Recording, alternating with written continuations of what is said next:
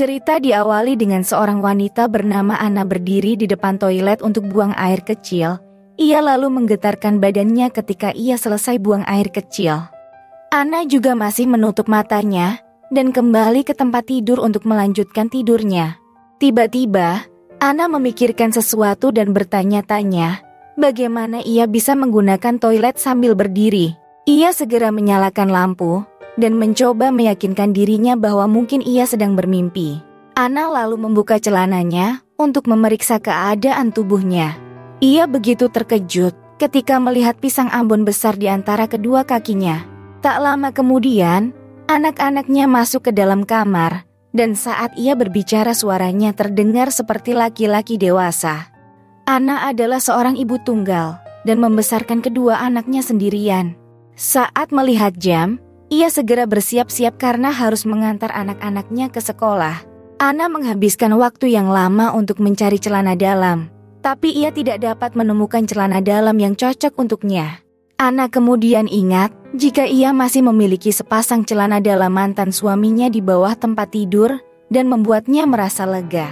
Setelah itu Anna mengantar anak-anak ke sekolah, lalu ia memberitahu mereka jika mereka harus tinggal bersama ayah mereka hingga minggu depan. Ia akan menjemput mereka nanti setelah 1 minggu berlalu. Saat Anna bersiap untuk mengendarai sepedanya ke tempat kerja, ia lupa jika kondisi fisiknya tak sama seperti dulu.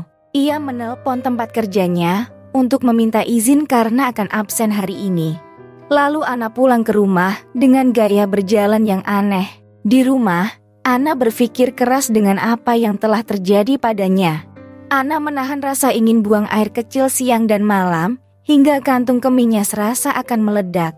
Tak memiliki pilihan, Anna pun buang air kecil dengan posisi yang cukup menggelikan. Anna ingin mendapatkan bantuan untuk mencari tahu apa yang harus ia lakukan dengan kondisinya.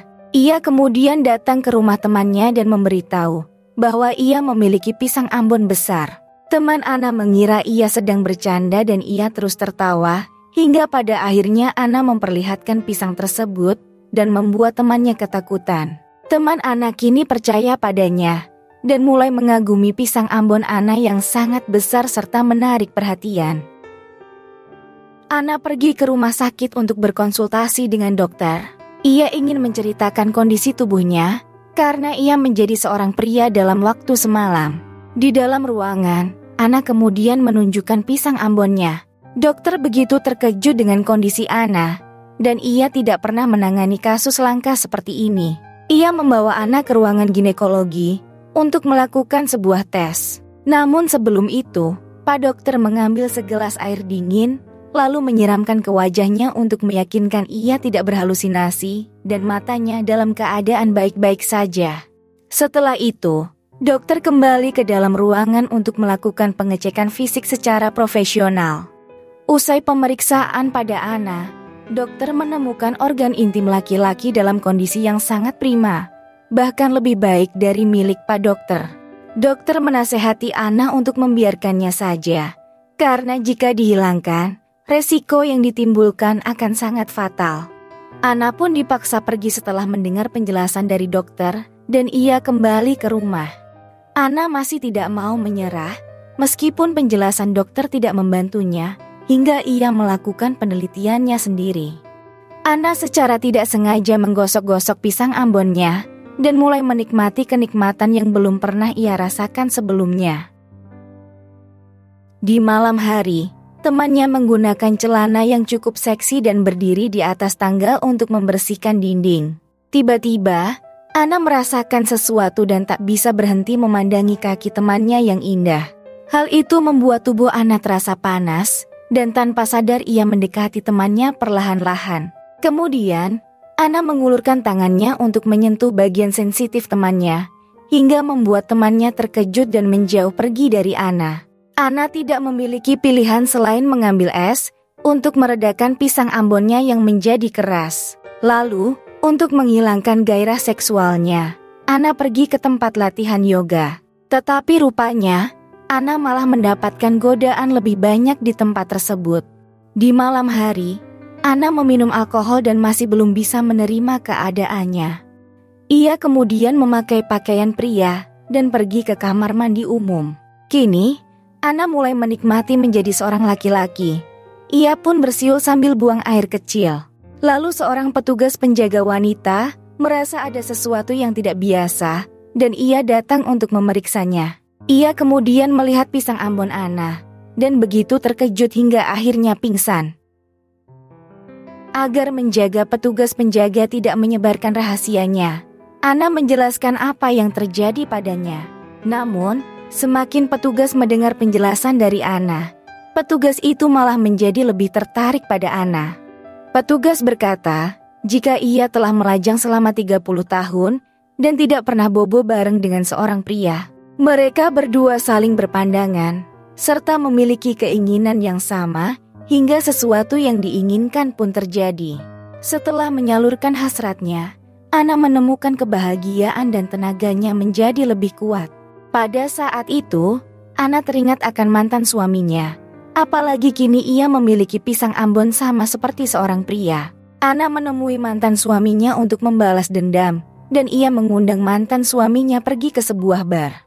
Ia mulai menggoda mantannya dan mengajaknya main kuda-kudaan. Mantan suaminya yang memang buaya darat, segera membawa Ana pergi ke sebuah hotel, dan di sana mereka melanjutkan untuk minum champagne. Saat sang mantan suami ingin memulai adegan panas, Ana memperlihatkan pisang ambonnya hingga membuatnya terkejut dan tak sadarkan diri. Keesokan paginya, mantan suami Ana terbangun dan menemukan sepucuk surat dari Ana.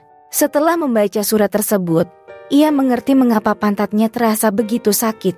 Setelah kejadian itu, Ana bahagia karena upaya balas dendamnya berhasil.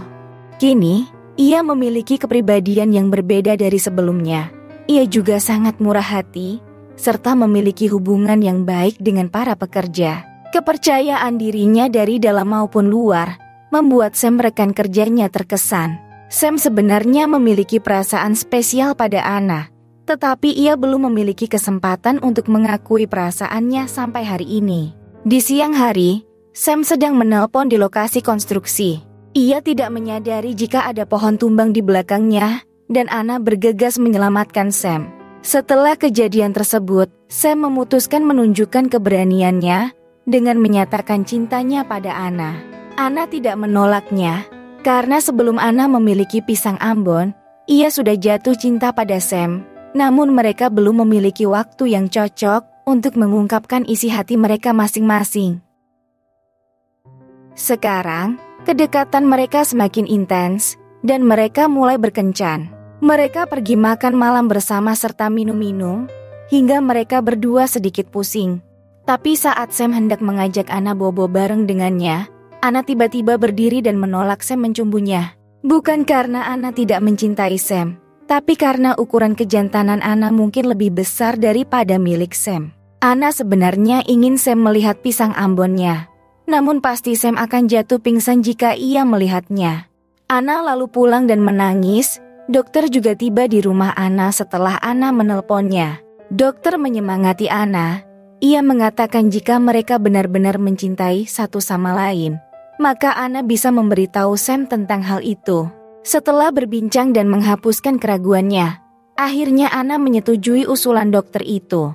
Ana kemudian meminta Sam datang ke rooftop, dan Ana bersiap untuk menceritakan semuanya. Tiba-tiba, kilat dan guntur menggema di langit, dan Ana tidak peduli lagi dengan perubahan dalam dirinya. Ia perlahan melepaskan pakaiannya satu persatu, dan ketika ia menurunkan celana dalam prianya, pisang ambon Ana pun menghilang secara misterius. Akhirnya alat vital Ana kembali pada asalnya, dan ia mencium Sam dengan gembira. Mereka sekeluarga menjalani hidup bahagia bersama-sama.